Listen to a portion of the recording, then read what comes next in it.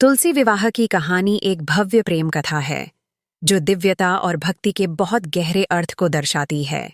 यह उत्सव तब आरंभ होता है जब भारत की पवित्र भूमि पर एक सुंदर युवती तुलसी अपने अनुशासन और भक्ति के साथ एक अद्वितीय जीवन व्यतीत कर रही होती है। तुलसी, जो अपने आप में एक अद्वितीयता और संतोष का प्रतीक है, हमेशा भगवान विष्णु की आराधना में लीन रहती थी। उसकी भक्ति में एक विशेष आकर्षण था जो उसे दिव्य आशीर्वाद के करीब लाता था।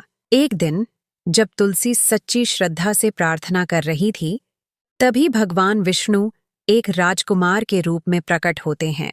उनका स्वरूप इतना आकर्षक और दिव्य था कि तुलसी की भक्ति को और भी गहराई मिल गई। भगवान विष्णु ने तुलसी से विवाह का प्रस्ताव रखा, जो न केवल एक सामाजिक बंधन था बल्कि यह एक दिव्य मिलन का प्रतीक भी था।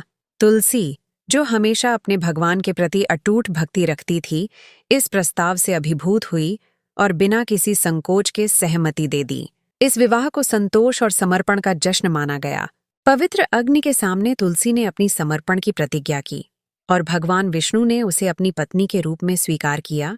इस प्रकार उनकी विवाह में न केवल प्रेम का संयोग था बल्कि यह भक्ति और समर्पण का एक अत्यंत महत्वपूर्ण उदाहरण भी था। इस पावन अवसर पर सभी देवी देवताओं ने उनकी आराधना की और ये क्षण भक्ति के सर्वोच्च प्रतीक बन गए। तुलसी विवाह का उत्सव हर साल मनाया जाता है, जो जीवन में प्रेम, भक्ति और समर्पण के महत्व को फिर से उजागर करता है।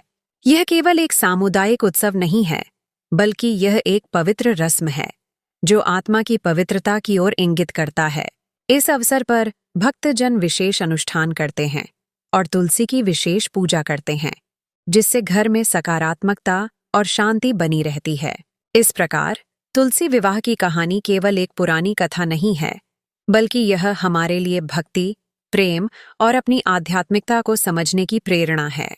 इस पवित्र महोत्सव में हम सभी का एकत्रित होना न केवल हमें भक्ति की ऊंचाइयों तक पहुंचाता है, बल्कि हमें उस दिव्य प्रेम से भी जोड़ता है जो सभी रिश्तों का मूल है।